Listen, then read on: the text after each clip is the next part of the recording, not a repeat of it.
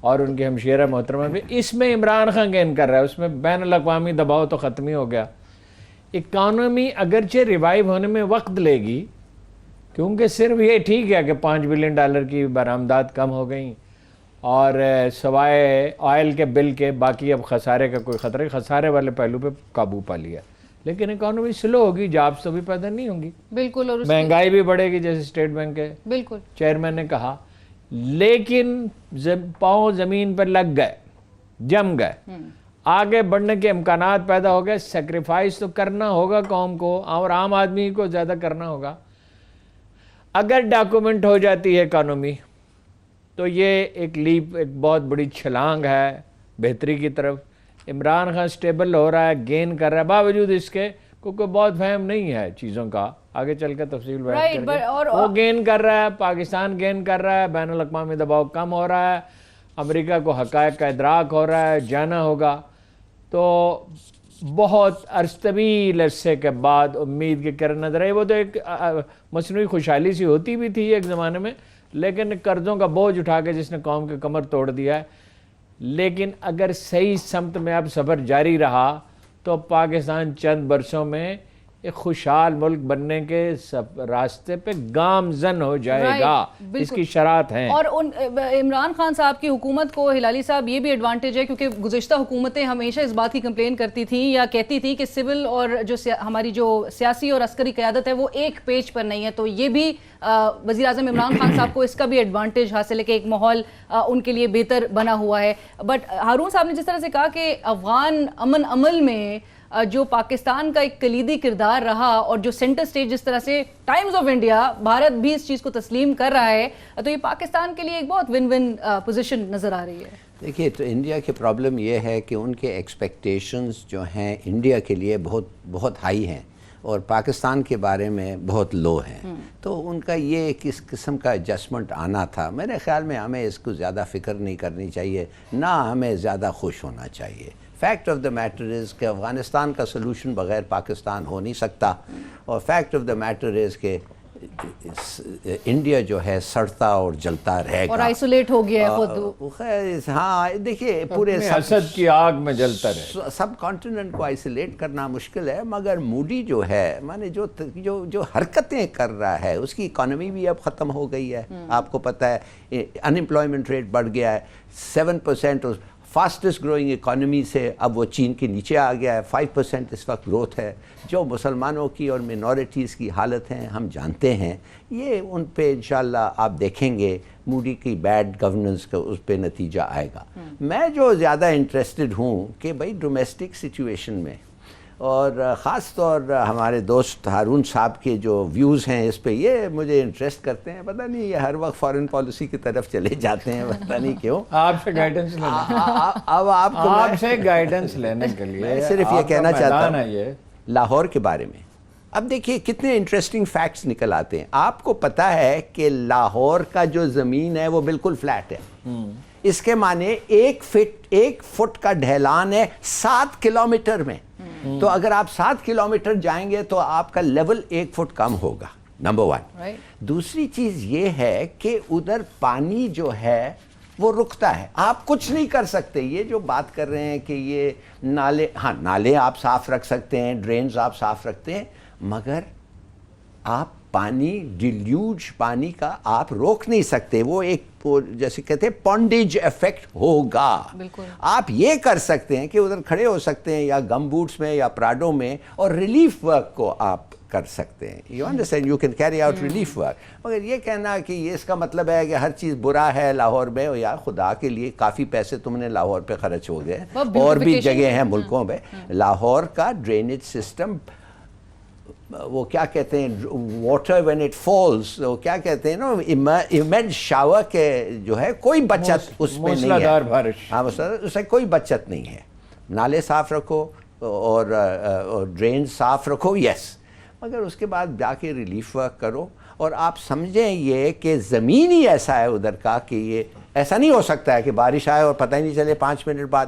South asset Asia میں, Indonesia میں یہی ہوتا ہے. میں ادھر 5 سال تھا, کیا بارش, 10 منٹ کے بعد محسوس ہی نہیں ہوتا ہے کہ کوئی پانی رکا ہوا نہیں کھڑا. بلال صاحب کراچی کا بھی حال ہے لاہور کا سڑکوں پہ. مسئلہ یہ ہے میرے خیال میں, جو میں نے تھوڑا بہت اسٹڈی کیا ہے اور ان سے پوچھا ہے جو جانتے ہیں, کہ یہاں کبھی پراپر پلاننگ کی نہیں گئی, انگریزوں نے بھی نہیں کی. انگریزوں نے سیکنڈ ورلڈ وار میں یہاں سیوریج بھی چھایا, اور صدر میں تو آپ کو پتا ہے ہی نہیں, ادھورا سا ہے چھاونی کے علاقے میں. تو وہ بارش کا پانی اور سیوریج کا ایک ہی پائپ لگایا اس کے لیے, ایمرجنسی میں کیا. ان کا ارادہ تھا بعد میں کریں گے. اچھا, ڈلوان بھی نہیں ہے, بلکہ اکراس دا ریلوے لائن اب بہت آبادی بڑھ گئی. وہ تو نشیب میں میاں حضر نے چھوڑا اس وجہ سے, یہ جھگڑا ان کا رہتا تھا جب وہ گورنر تھے, وزیر اعظم. فلڈ ڈرینز بھی نہیں ہے جی, آپ فلڈ کے ڈرینز بھی نہیں ہے, حالانکہ راوی بنایا تھا. حالانکہ راوی تھا. اب ہوا یہ کہ جب وقت آیا, جب سرمایہ اس کے لیے موجود تھا, 5 لاکھ 5.5 لاکھ روپے پر فیملی لاہور میں ڈیولپمنٹ پہ خرچ ہوا ہے. 5.5 لاکھ روپے پچھلے 10 سال میں پر فیملی. 1 لاکھ کوئی 10,000 روپے پر پرسن پاپا. مگر سیوریج نہیں تھی پرائرٹی. ویسے میں آپ سے اگری کرتا ہوں, کوئی قیامت نہیں آتی ہے, چند گھنٹے وہ میڈیا کا ایک مزاج ہوتا ہے, جو لاہور ڈوب گیا. لاہور نہیں ڈوبا کبھی.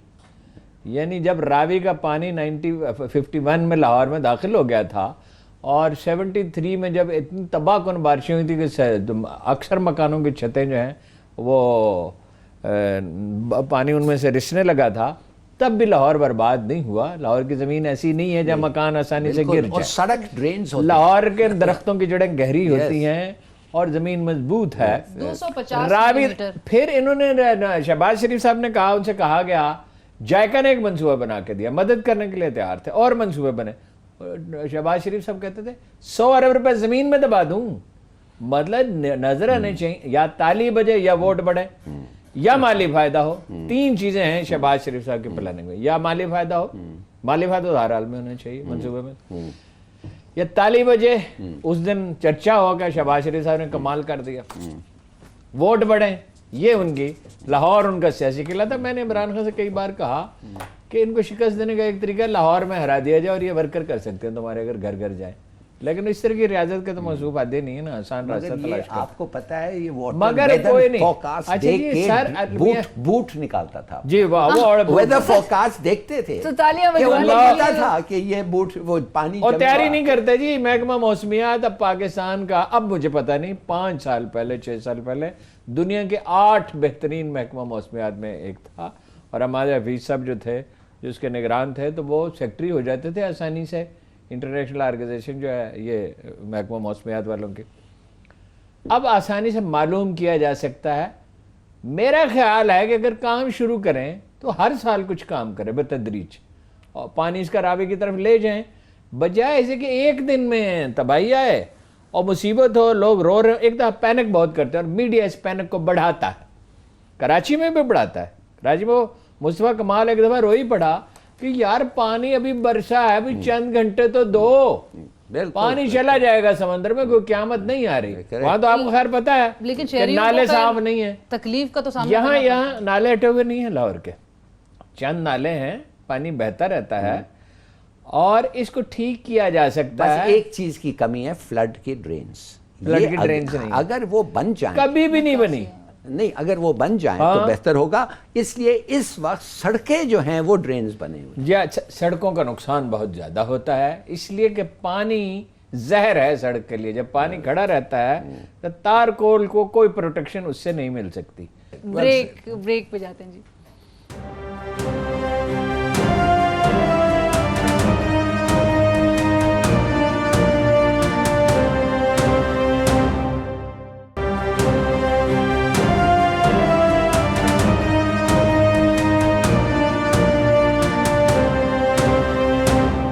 ناظرین welcome back after the break کے بعد کس طرح سے ہمارے اس ملک کے سابق سربراہان مملکت نے کیمپ آفیسز, سیکیورٹی, علاج معالجے کے لیے جو بیرون ملک دورے کرتے تھے اس پر کتنی رقم انہوں نے خرچ کی ہے. تقریباً نواز شریف صاحب نے اپنے کیمپ آفس, فورن وزٹ, سیکیورٹی کے نام پر 431 کروڑ 83 لاکھ روپے خرچ کیے. آصف زرداری صاحب نے 316 کروڑ 41 لاکھ تقریباً 18,287 روپے خرچ کیے. شہباز شریف صاحب نے اپنی سیکیورٹی پہ 872 کروڑ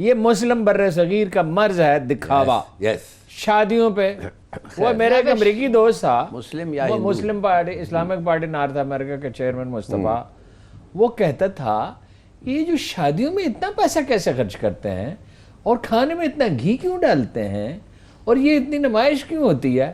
بھائی یہ دکھاوا جو ہے یہ کردار کی کمزوری کی علامت ہے. 556 مرتبہ وزیر اعظم کے ہوائی جہاز کو استعمال کیا شہباز شریف صاحب نے 2013 سے 2018 کے عرصے میں.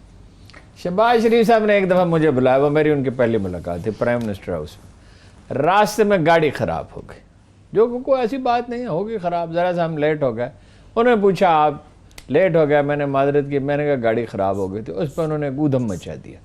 ارے بھائی گاڑی کا خراب ہو جانا, چند منٹ کے لیے لیٹ ہو جانا, کوئی ایسی بات نہیں. وہ جہاز وغیرہ سر نہیں, بھوک ہڈیوں میں تک اتری ہوئی بھوک ہے. جہازوں میں سفر کرنا, ہیلی کاپٹروں میں گھومنا, ایک تو وہ آرام سے نہیں بیٹھ سکتے. ایک دفعہ مجھے کہہ رہے تھے کہ میرے پاس سوچنے کی فرصت نہیں ہے. جس کے پاس سوچنے کی فرصت نہیں ہے وہ کام کیا خاک کرے گا.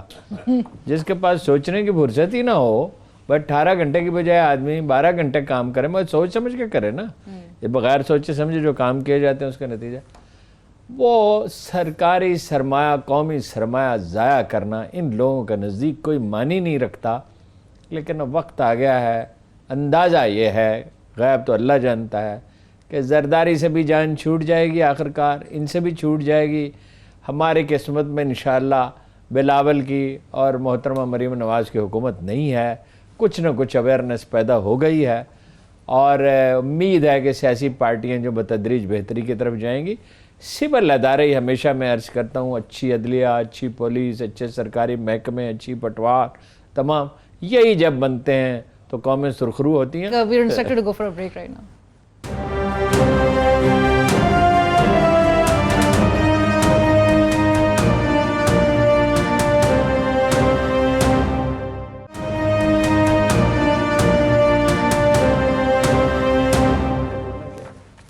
ناظرین welcome back after the break کے بعد ہارون صاحب, آج ویڈیو اسکینڈل سے متعلق سپریم کورٹ میں اہم سماعت ہوئی. چیف جسٹس صاحب 3 رکنی بینچ کی خود سربراہی کر رہے تھے اور اس کے حوالے سے چیف جسٹس صاحب نے بھی کہا, کیونکہ 3 درخواستیں تھیں اور اس میں استدعا کی یہی کی جائی تھی کہ جوڈیشل کمیشن بنایا جائے اور اس معاملے پر سپریم کورٹ از خود نوٹس لے, تو جس پر چیف جسٹس صاحب نے کہا کہ کسی کے کہنے پر از خود نوٹس لیں تو وہ نوٹس از خود نہیں رہے گا, لہٰذا یہ بھی تعین کرنا پڑے گا کہ فورم رائٹ کون سا ہونا چاہیے, قانون کیا کہتا ہے. انہوں نے ایک معتدل راستہ چنا, درخواست ایک دائر ہو گئی, انہوں نے اس کی کارروائی کی. جسٹس کھوسا میں ایک بہت اچھی چیز نظر آئی ہے, علاوہ اس کے کہ انہوں نے عدالتی نظام کو بہتر بنانے کی کوشش کی ماڈل کورٹس کی شکل میں, اور انہوں نے اپنی شخصیت کو نمایاں کرنے کی کوشش نہیں کی. 2 مواقع پہ کچھ تحفظات پیدا ہوئے, مثلا جب انہوں نے لفظ سسلین مافیا استعمال کیا, گاڈ فادر استعمال کیا, کہ کیا یہ کوئی جذباتیت کا عمل دخل ہے, یا جب انہوں نے کہا میری رگوں میں بلوچ خون تو سب ایک ہی جیسے ہوتے ہیں, کریکٹر تو انڈیویجول کا ہوتا ہے, قوموں کا نہیں. بلوچ بہت اچھی قوم ہے, کوئی شبہ نہیں, خوددار لوگ ہیں, اور خود ان کا خاندان جو ہے وہ غربت سے اٹھا ہے, سرکاری اسکولوں میں یہ سارے بھائی پڑھے اور ترقی کی, اور بڑا اچھا ان کا بیک گراؤنڈ ہے. لیکن یہ نظر آ رہا ہے کہ جسٹس کھوسا نے جو معمولی سی تنقید بھی کہیں, تنقید تو اسے نہیں کہہ سکتے, جو پوائنٹ آؤٹ کی گئی چیزیں اس سے لرن کرنے کی کوشش کی ہے. جسٹس فائز عیسیٰ کیس میں بھی, اس کیس میں بھی انہوں نے بہت احتیاط, غیر معمولی احتیاط, توازن اور اعتدال کا مظاہرہ کیا ہے. یعنی چیزوں کو ہیجان جب تھم جائے اس وقت ان کا فیصلہ کیا جائے اور پروسیس سے گزارا جائے, بجائے اس کے کہ جسٹس افتخار چودھری کی طرح اور جسٹس ثاقب نثار کی طرح. اب ان کے فیصلے درست بھی ہیں, غلط بھی ہیں, بہت تنقید کا انہیں سامنا ہے ریٹائرمنٹ کے بعد, لیکن یہ سلیقے سے کرنے کی کوشش کرتے ہیں. دیکھیے عدالتوں میں بہتری کہاں کہاں آ رہی ہے. یہ تو کیس کا تو معاملہ الگ ہے, ایک سول جج اور ایک سیشن جج کو برطرف کر دیا گیا, عدالتیں نے اپنے احتساب کا آغاز کیا. یہی اصل احتساب ہوتا ہے, تھوڑا تھوڑا بتدریج مرحلہ وار ایک صحیح اعلیٰ مقصد کے لیے. اب اس کو انہوں نے یہ کیا ہے کہ بھئی یہ جائیں لاہور ہائی کورٹ کو رپورٹ کریں اور پروسیس شروع, اٹارنی جنرل صاحب پیش ہوں. اسی طرح جو فیصلے پہ نظر ثانی کا سوال ہے وہ ایک مرحلہ وار ہوگا, پروسیس میں ہوگا, قاعدے کریں. وہ اسلام آباد ہائی کورٹ کا کام ہے, وہ سپریم کورٹ کا کام نہیں. میں سمجھتا ہوں انہوں نے بڑی حکمت اور دانائی کا مظاہرہ کیا ہے. ایک ایسے معاشرے میں جہاں پولرائزیشن بہت ہے, تلخی ہے, کشیدگی ہے, باقی تو ہر مسئلہ حل ہونے کی کچھ نہ کچھ امید کی جا سکتی ہے, لیکن یہ تلخی تو ابھی کم نہیں ہوگی. تو جو سپریم کورٹ اس سلسلے میں جو کچھ کر رہی. ایک دوسرا واقعہ جو ہے وہ رانا ثناء اللہ صاحب نے چیف آف آرمی سٹاف سے اپیل کی ہے. اب اس کے کیا مطلب ہے؟ یا تو وہ سمجھتے ہیں وہ بے گناہ ہیں, ابھی تو یہ تو کسی طرح ثابت نہیں ہوتا. آفریدی نے تو کہا کہ ایویڈنس ہے, پختہ ایویڈنس ہے اور شواہد ہے اور پیش کریں گے. رنگے ہاتھوں پکڑا ہے, انہوں نے اس سامان کی ملکیت کا اعتراف کیا تھا. یا وہ چیف کو یہ اشارہ دے رہے ہیں, اسٹیبلشمنٹ سے یہ کہہ رہے ہیں, کسی انڈیویجول سے نہیں اسٹیبلشمنٹ سے, کہ بندہ حاضر ہے, بندہ تھک گیا ہے. ایک دن رانا صاحب میرے سامنے ایک سیاستدان سے کہہ رہے تھے, ابے تیرے بس کا نہیں, تو گھر بیٹھ جا کے, یہ حالات اتنے خراب ہیں. اپنی پارٹی کے آدمی سے بھائی صاحب اس کو خیر خائی میں مشورے دے رہے تھے بس, کہ تم اپنے آپ کو نمایاں نہ کرو, تم اپنا پہلے ہی مصیبت سے نکلے ہو. میرا خیال ہے رانا صاحب یہ اشارہ دے رہے ہیں کہ بھائی کو میرے ساتھ نرمی کریں, لیکن نرمی کیسے کریں گے؟ نہیں, کسی کے ساتھ اگر تو ہے 20 کلو ہیروئن ہے, 15 کلو, تو نرمی کیسے ہوگی؟ آج قومی اسمبلی میں خواجہ آصف صاحب نے بھی کہا, وہ ایف آئی آر انہوں نے کہا مذائقہ خیز ہے, اور چودھری ظہور الہی صاحب کا انہوں نے ذکر کیا کہ ان پہ بھی بھینس چوری کا مقدمہ. اچھا کلام سر معافی چاہتا ہوں, اس کے لیے پنجابی کا محاورہ ہے, خواجہ دا گواہ ڈڈو, خواجہ صاحب کا گواہ مینڈک ہے. اچھا, اب میں اس کا مجھے جواب کا پتہ نہیں, مگر ایک چیز میں آپ کو بتانا چاہتا ہوں کہ چودھری افتخار صاحب نے آج کہا ہے کہ ریکو ڈگ کا جو ان کا فیصلہ تھا, جس نے اس ملک کو $6 بلین کا ٹیکہ لگایا ہے, انہوں نے کہا کہ میں یہ کمیشن کے سامنے نہیں آؤں گا. وہ کہہ رہے ہیں کہ اگر مجھے بلایا بھی میں نہیں آؤں گا. مجھے میرے خیال میں وہ ابھی تک وہ سمجھتے ہیں کہ ہی سم کائنڈ آف اے ہولی کاؤ. جی, وہ ایک مقدس برگزیدہ ہستی ہیں, ان کی انا بہت بڑی ہے. سمن ہوں گے تو اگر وہ نہیں آئیں گے تو وہ پھر پکڑ کے لائے جائیں گے, پھر وہ اریسٹ ہوں گے. وہ بچ گئے, ان کے صاحبزادہ بھی 3.5 کروڑ کے ٹیکس سے بچ گیا. انہوں نے وہ بینچ ہی توڑ دیا جس میں رپورٹ پیش ہوئی تھی. وہ ملک ریاض والے قصے میں ملک ریاض نے غالباً 120 کروڑ روپے ٹیکس دینا ہے, صرف اس مد میں جو وہ آمدن اس نے دکھائی ہے, جو مفت کھانا کھلاتا ہے لوگوں کو, کہ بھئی اتنی آمدن ہے تو اتنا کھانا کھلاتا ہے نا, تو اس کا ٹیکس بھی دے. اور وہ بی آر میں پڑا ہوا ہے. اب یہ تو رہے ایک طرف, زرداری اور نواز شریف تو رہے ایک طرف کہ اسے ٹیکس لیتے ہیں. یہ حکومت بھی ملک ریاض سے ٹیکس وصول کرنے میں کامیاب نہیں ہو سکی. اس کی لابی یہاں بھی بڑی مضبوط ہے, بہت مضبوط ہو گئی ہے. اور زمین جدھر ملا, وہ جو 5,000 گھر بن رہے ہیں, 10,000 50,000 کتنے گھر بن رہے ہیں جی, وہ جو افتتاح ہوئی ہے ابھی عمران خان صاحب نے کیا ہے, اس کا زمین کس نے دیا ہے؟ مجھے تو پتہ ہے ملک ریاض صاحب نے دیا ہے. آپ دیکھ پوچھیں, رومرز تو یہ ہیں. اور اگر وہ زمین انہوں نے دیا ہے, اتنی بڑی دل دکھائی ہے جیسے دوسروں کے ساتھ بھی دکھاتے تھے, تو اس کا مطلب جو بات ختم ہو گئی. ایک ہندو سیٹ تھا, وہ بلبن, غیاث الدین بلبن سے اس نے ملاقات کے لیے وقت مانگا اور 1 کروڑ روپے نذرانہ دینے کی پیشکش کی. وہ بادشاہ جو ہیں ہمارے وزیر اعظم کی طرف فارغ نہیں ہوتے تھے, انہیں بہت کام کرنے ہوتے تھے. وہ جو اچھے بادشاہوں کی بات کرو, نسبتاً بہتر جو تھے, تو اس نے کہا کہ نو, اس کی کوئی غرض ہوگی تو 1 کروڑ دے رہا ہے نا, اور میرا کام جو ہے وہ بزنس مین سے ملنا نہیں, وہ اس طرح کا بزنس تھوڑی ہوتا تھا جیسے آج ہے, میرا کام جو ہے بنیوں سے ملنا نہیں ہے. تو یہ ریفیوزڈ. تو ملک ریاض صاحب تو راستہ بنانے میں اپنا ثانی نہیں رکھتے, اور عمران خان صاحب دھوکہ کھانے کے لیے ہر وقت تیار بیٹھے ہوتے ہیں. اگر وہ صحیح ہے تو انکار تو نہیں کیا, تو ایک سٹیٹمنٹ آ جائے کہ یہ زمین تھا کس کا. سر وہ اس وقت جب اپنا مہاتیر محمد آیا تھا تو پیسوں کا مسئلہ تھا. ایک تو 2 سے ادھار لیا, اس نے بھی بڑا تنگ کیا عمران خان صاحب کو. وہ تو بل بنا 30 لاکھ روپے. وہ جہاز پہ آئے مہاتیر, وہ کھڑا رہا, کسی کو یہ خیال ہی نہیں تھا. 2 سویٹ تو بک کرائے تھے پریزیڈنٹ کے لیے, ان کے سٹاف کے لیے, ایک 5 اسٹار ہوٹل میں. وہ جہاز پہ آئے, جہاز کا کرایہ, اور وہ کھڑا رہا 3 دن. تو وہ کوئی اس وقت 30 لاکھ روپے بڑی رقم تھی. ایک تو ان کے عمران خان نے اپنے ایک دوست سے قرض لیا, تو اس نے فوراً کہا میرے پیسے واپس کرو, وہ فنڈ رہے. ایک جو ہے وہ بیریئر ٹاؤن, جہاں وہ تقریر کر رہے تھے, پیچھے بیریئر ٹاؤن کا بورڈ لگا ہوا تھا, لوگوں نے بڑا شدید احتجاج کیا. واقعہ یہ ہوا کہ جب وہ کھانے میں بلایا مہاتر کو 3-4 اخبار نویس بھی تھے اور پولیٹیکل لیڈرشپ چودھری شجاعت کو بھی بلایا خود فون کر کے عمران خان نے، حالانکہ بڑی تلخی تھی. میں نے ان سے کہا کہ یہ اپوزیشن کا اجتماع نہیں ہونا چاہیے، اور وہ اس طرح کی بات خیر فوراً مان لیتا تھا. تو ملک ریاض ایک میز پہ تنہا بیٹھا تھا اور بڑا دکھی تھا. چند لاکھ روپے اس وقت اس نے دیے تھے. ملک ریاض کے احتساب کا وقت ابھی آئے گا، ابھی آیا ہے.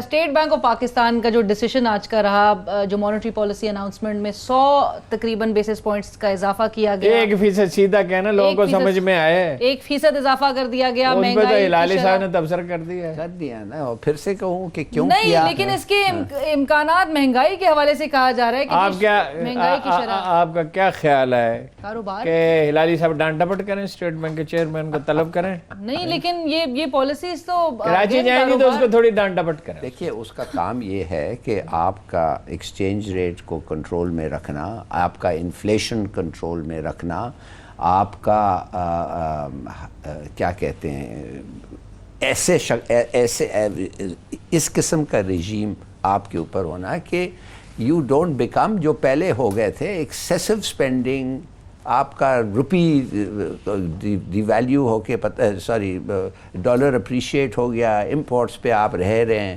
اوور زیادہ آپ پیسے خرچ رہے ہیں. تو یہ سب چیزیں جو وہ کرتے ہیں، یہ اس کا مطلب یہ ہے کہ یہ جو 6 بلین آپ کو ملا ہے، یہ 6 بلین کو آپ ابزارب کریں، اس کو استعمال کریں ان سچ اے وے کہ ان کے پیسے بھی واپس ملیں، ان کے سود بھی واپس ملے. فرسٹ پرائیورٹی یاد رکھیں، یہ ہے پہلا پرائیورٹی ان کا. لیکن آپ اپنے عوام کے لیے کیا کریں گے؟ مہنگائی کی شرح آپ کنٹین کرنے میں تو نہیں کامیاب ہو سک رہے ہیں نا؟ کسی بھی چیز میں سارے فائدے حاصل نہیں کیے جا سکتے، کچھ فائدہ ہوتا ہے، کچھ نقصان ہوتا ہے. ایک قوم جس کی معیشت 70 سال سے انڈاکومنٹڈ ہے، اس کو ڈاکومنٹ کرنا ہے. ایک قوم جو کبھی ٹیکس نہیں دیتی، اسے ٹیکس دینا ہے. یہ سخت گیر حکمرانوں کو ٹیکس دیتی رہی ہے. اور میں نے آپ کو بتایا تھا کتنا ٹیکس دیتے تھے رنجیت سنگھ کو، 50% کل آمدن کا. جی. اور مغلوں کے زمانے میں کہتے تھے 4 تھے مگر 33% دیتے تھے، وہ کچھ اور بڑھا لیتے تھے. تو اب جو ہے وہ زرعی ٹیکس جو ہے، اس کا نام سنتے ہی ذمہ دار جو ہیں وہ اٹھ کے کھڑے ہو جاتے ہیں، اور ایک جیسے گھوڑا الف ہو جاتے ہیں کہ زرعی آمدن پہ ٹیکس کیسے ہوتا ہے؟ بٹ ٹیکس زرعی ہو، غیر زرعی ہو، انڈسٹریل ہو، کمرشل ہو، اس پہ ٹیکس ہونا چاہیے. فائنینشیل باتیں جو ہیں ٹیکنیکل ہیں. میں آپ سے ایک سوال پوچھنا چاہتا تھا، یہ سینٹ چیئرمین کا کچھ سینٹ چیئرمین کا سب اب جو اطلاعات ہیں وہ بڑے بہت یقین ہے حکمران پارٹی کو، پی ٹی آئی والوں کو یقین ہے کہ اور لوگ ٹوٹیں گے. ستمبر کے بعد مزید ٹوٹنا شروع ہوں گے.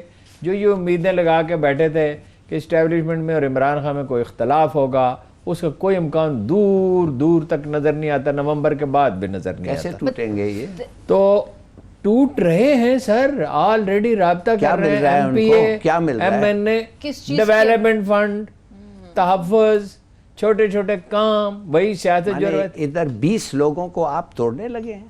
جی 20 نہیں، جتنے زیادہ سے زیادہ ہو سکیں. نہیں ستمبر کے بعد اور ٹوٹیں گے. سر اس تحریک اور یہ تحریک کے ناکام ہونے کا کافی امکان ہے. سینٹ کے چیئرمین کے اور اپوزیشن کو اس سے دھچکا لگے گا اگر یہ ناکام ہو گئی. سینٹ کے چیئرمین کے خلاف نو کانفیڈنس موو جو ہے، یہ تو پھر ایک قسم کا چانگا منگا ہو رہا ہے. بھائی یہی ہے، وہ بھی یہی کر رہے ہیں. دیکھیں ایک فریق نہیں کر رہا، دونوں کر رہے ہیں. جسٹیفائی تو ہم اسے نہیں کر سکتے، لیکن یہ اس کو حکومت کو اکھاڑ پھینکنے کے لیے مولانا فضل الرحمان کیا کہتے ہیں؟ مانو ہی نہیں، جاؤ ہی نہیں، حلف نہ لو. وہ پہلے دن سے کہہ رہے ہیں، ٹھیک ہے. اور یہ بھی کہہ رہے ہیں یہ الیکٹڈ پرائم منسٹر ہی نہیں ہے، ہم اسے مانتے ہی نہیں ہیں. اور جو خواجہ اسف صاحب تقریریں کرتے ہیں وہ تو کمال ہے. وہ ایسی بات کرتے ہیں جیسے اپنے دفتر کے کسی نالائق کلرک کے بارے میں بات کر رہے ہیں. ایک نفرت، اور یہ کوئی ورکنگ ریلیشن اس نے بھی نہیں بنائی تھی. یعنی عمران خان اس معاملے میں اس کا دامن صاف نہیں ہے. اس نے بھی ہنگامہ کھڑا کر دیا تھا، حالانکہ اسے ہر نہیں تھا 2013 کے الیکشن. اگر دھاندلی نہ ہوتی جو ہوئی ہے Right, مجھے انسٹرکٹ کیا جا رہا تو ہے دھاندلی نہ ہوتی تو 35 کے بجائے 45 چلیں جی، سیٹیں لے پروگرام لیتا. کا اس سے زیادہ تو نہیں کر وقت سکتے. ختم ہو جاتا ہے. ہارون صاحب کہہ رہے ہیں کہ تحریک جو ہے، جو عدم اعتماد کی جو تحریک ہے اپوزیشن کی سنجرانی صاحب کے خلاف، وہ ناکام ہوتی دکھائی جا رہی ہے، دکھتی نظر آ رہی ہے. لیٹس سی اگر سنجرانی صاحب اپنی سیٹ ریٹین کرتے ہیں پھر اپوزیشن کے بعد فیس سیونگ کا بھی موقع نہیں رہ جاتا. پروگرام کی ٹیم ارینا شگری، ہمیں اجازت دیجیے. اللہ حافظ.